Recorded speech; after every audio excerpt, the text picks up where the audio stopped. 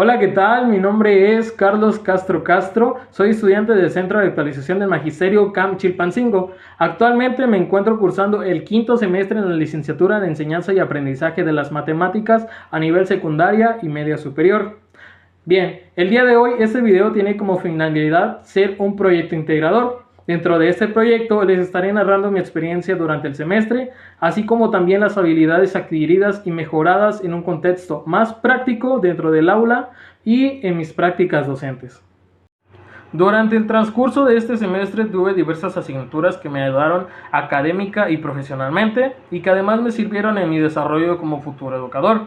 Dichas asignaturas fueron impartidas por el profesor Ernesto Rodríguez Pérez, quien fue encargado de la asignatura de robótica educativa, el profesor Alberto Martínez Hernández, encargado de la asignatura procesos cognitivos, el doctor Ernesto Díaz Romeros, quien nos impartió la materia de demostración matemática, el profesor Arturo Benjamín Cruz Brito, quien nos dio estadística inferencial,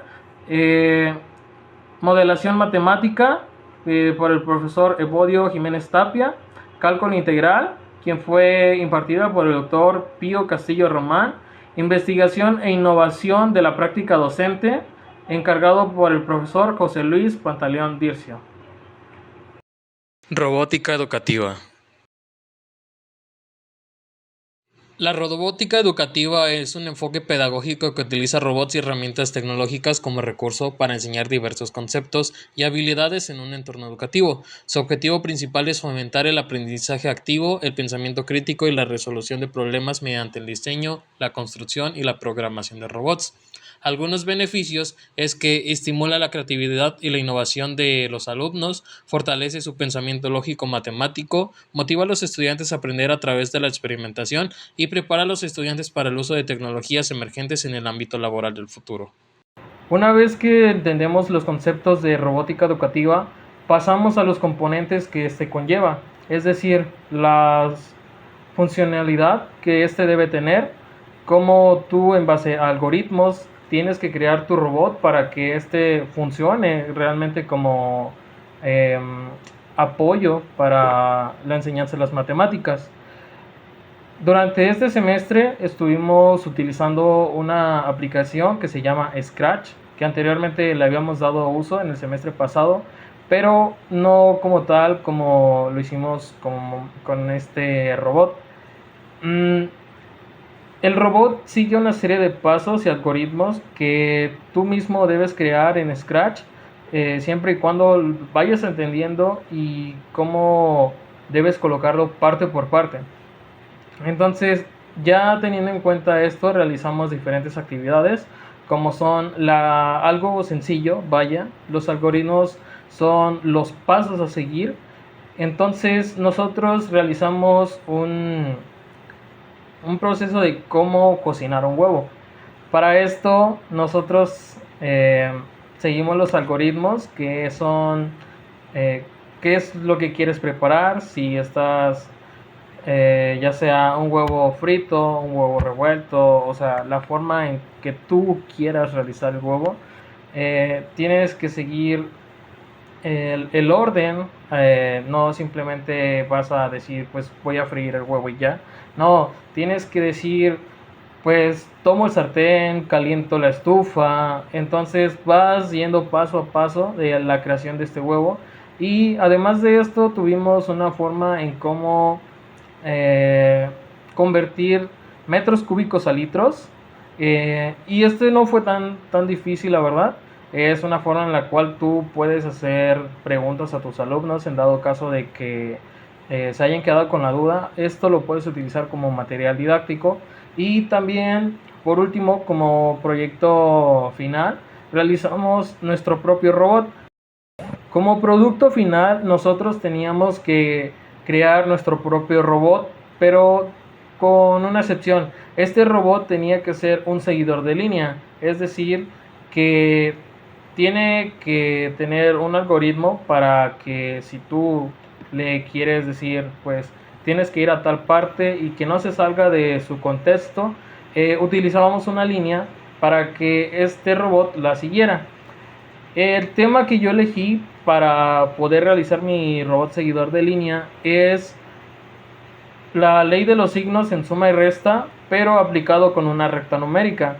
Y ahí mismo mi robot, en una pregunta al azar, tú tienes que responder correctamente, y si es así, tu robot va a avanzar hacia el número que, pues vaya, tú contestaste.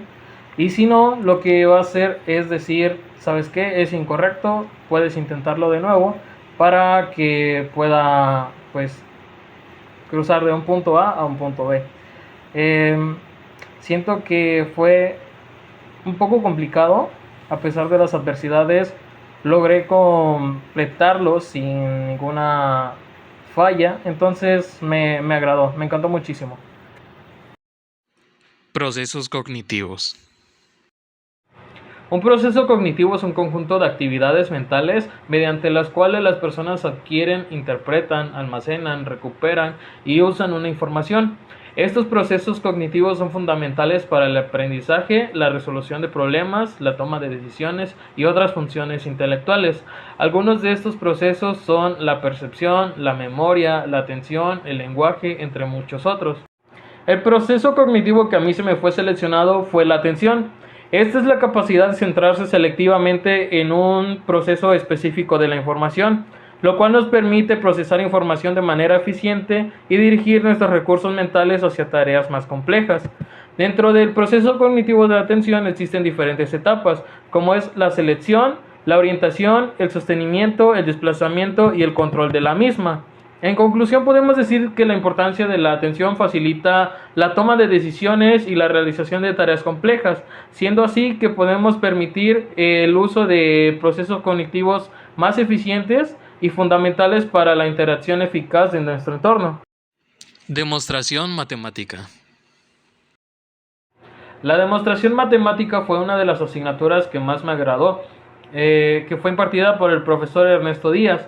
La demostración matemática nos dice que es un razonamiento lógico y riguroso que permite verificar la validez de una proposición o un teorema a partir de axiomas, definiciones y resultados previamente aceptados como válidos. Hicimos diferentes trabajos con este profesor, pero uno de ellos fue cómo yo puedo resolver un binomio con un término común. Y a continuación, ahorita se los explico. La forma de un binomio con término común es x más a por x más b es igual a x al cuadrado más a más b por x más la multiplicación de a por b. Nosotros para ellos tenemos que realizar una demostración matemática, como lo hacemos en el siguiente ejemplo. Sustituyendo los valores de la fórmula anterior, obtenemos que el siguiente binomio está conformado por x más 2 por x más 3.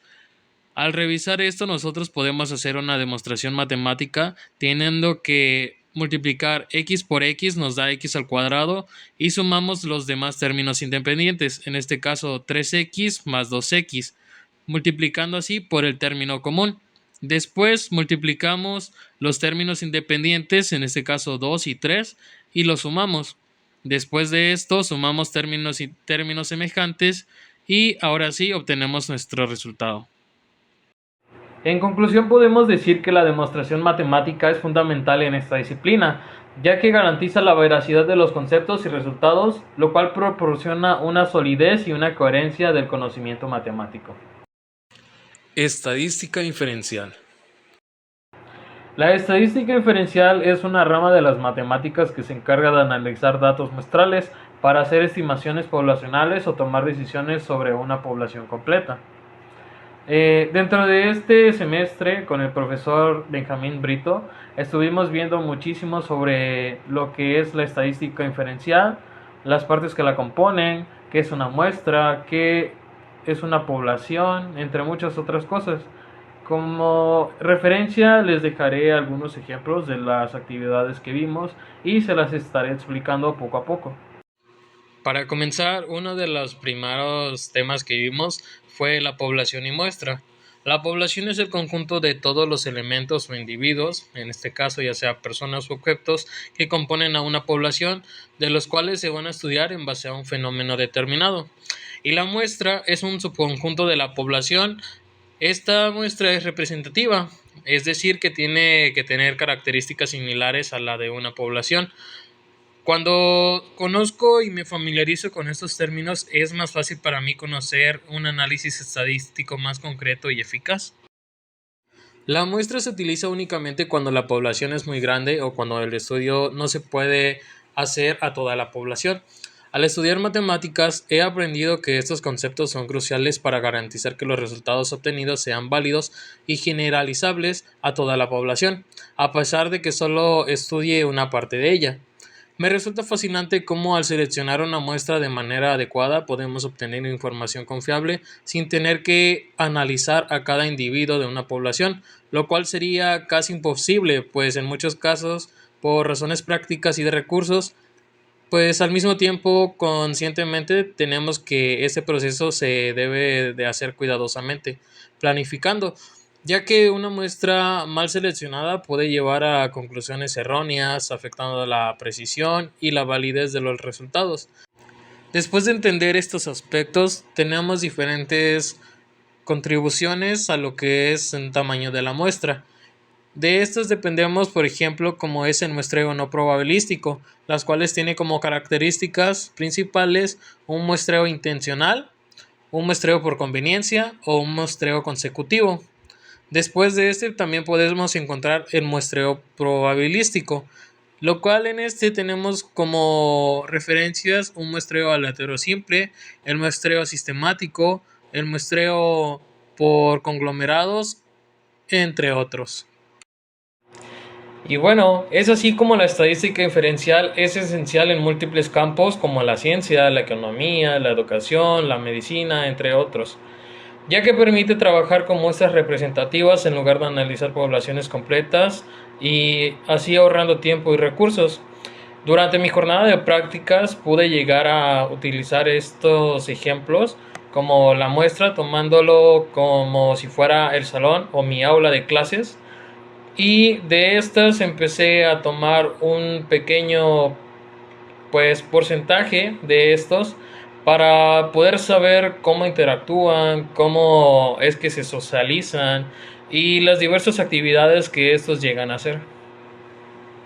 Investigación e innovación de la práctica docente.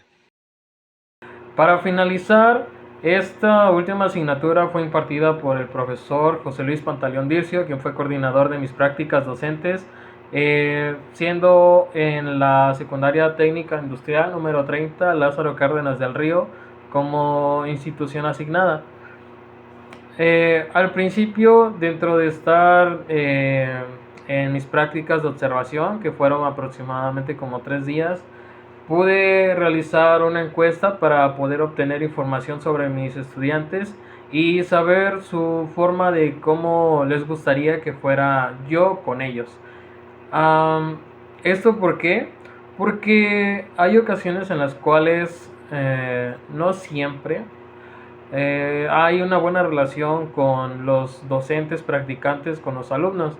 Entonces me tomé la tarea de aplicar esta encuesta, saber qué es lo que les parecía, qué no, y tomar esta información para poder, más que nada, superarme como futuro docente. Al estar en mi primera semana, me pidieron adelantar mis prácticas, lo cual fue un poco feo para mí porque tuve que hacer mis planeaciones didácticas en menos de una semana, lo cual era muy poco tiempo porque aparte de hacer las planeaciones didácticas tenía que elaborar mi material didáctico y muchas otras cosas. Entonces fue un reto bastante fuerte, pero sin embargo traté de sacar lo mejor de mí, mi mejor desempeño, mi mejor esfuerzo, y creo que me llevo una gran experiencia estando por primera vez en un grupo de primer año. Creo que la relación que tuve con estos alumnos fue bastante agradable. Tomé mucho en cuenta las respuestas que me dieron en base a la encuesta y creo que el ser docente es más que solo enseñar, es ponerte en el lugar de ellos, saber comprenderlos, saber qué debes de hacer, qué no, cómo explicar, cómo pararte frente a ellos, explicarles, de manera que ellos comprendan, intercepten esta idea. Entonces, creo que fueron de las prácticas más duras que tuve, más sin embargo, creo que tuve un grandioso desempeño. Um, A continuación, les dejaré algunos videos, algunas fotos que tuve con este grupo. Me llevo una gran experiencia. Sé que ser docente normalmente no es fácil, pero sin embargo cuando lo haces de corazón, cuando te apasiona, creo que es lo mejor del mundo. Entonces, sin más que decir, los dejo con mi material didáctico que pude elaborar para ellos y sería todo. Under the moonlight, kissing the night, sparks in the twilight, touching the sky. It's the night.